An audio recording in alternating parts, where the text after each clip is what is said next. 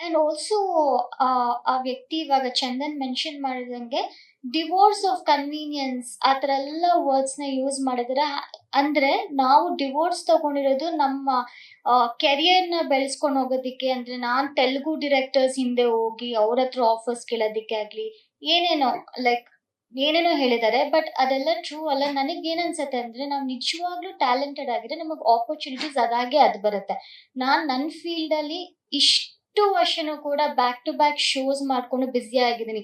ನನ್ನ ಮದ್ವೆ ಆಗಿ ನಮ್ಮಿಬ್ಬರ ಮದ್ವೆ ನನ್ನ ಕೆರಿಯರ್ಗೆ ಏನು ಅದನ್ನ ಹಿಂದ್ ಅಂದ್ರೆ ಅದನ್ನ ಏನು ಕೆಳಗಡೆ ಮಾಡಿಲ್ಲ. ಅಂದ್ರೆ ನಾವಿಬ್ರು ಮದ್ವೆ ಆಗಿದ್ರು ನನ್ನ ಕೆರಿಯರ್ ಗ್ರೋತ್ ಅಲ್ಲೇ ಇತ್ತು. ನಾವ್ ರೀಸನ್ ಏನಕ್ಕೆ ಅಂದ್ರೆ ಮೇನ್ಲಿ ಬಿಕಾಸ್ ನಮ್ಮಿಬ್ರ ಮಧ್ಯೆ ಕಂಪ್ಯಾಟಿಬಿಲಿಟಿ ಇರ್ಲಿಲ್ಲ. ಆಸ್ ಚಂದನ್ ಮೆನ್ಷನ್, ಅವ್ರಿಗೇನು ಪ್ಲೆಷರ್ ಸಿಗ್ತಿದ್ಯೋ ಸುಳ್ಳು ಹೇಳಿ, ನಂಗೆ ಆ ಕಾನ್ಫಿಡೆನ್ಸ್ ಇದೆಯಲ್ಲ, ಸುಳ್ಳು ಹೇಳೋದ್ರಲ್ಲಿ ಕಾನ್ಫಿಡೆನ್ಸ್ ನೋಡಿನೇ ನನಗೆ ತಲೆ ಕೆಟ್ಟೋಯ್ತು. ಒಬ್ಬ ಹಿಂಗೂ ಯೋಚನೆ ಮಾಡ್ಬೋದಾ, ಹಿಂಗೂ ಯೋಚನೆ ಮಾಡ್ತಾನ ಅಂತ. ಬಟ್ ಆತರ ಏನೂ ಇಲ್ಲ. ಕ್ಲಿಯರ್ ಆಗಿ ಮೆನ್ಷನ್ ಮಾಡಬೇಕು ಅಂದ್ರೆ it's just because mutual consent, ನಾವಿಬ್ರು ಕಂಪ್ಯಾಟಬಲ್ ಇರ್ಲಿಲ್ಲ ಅಂತ.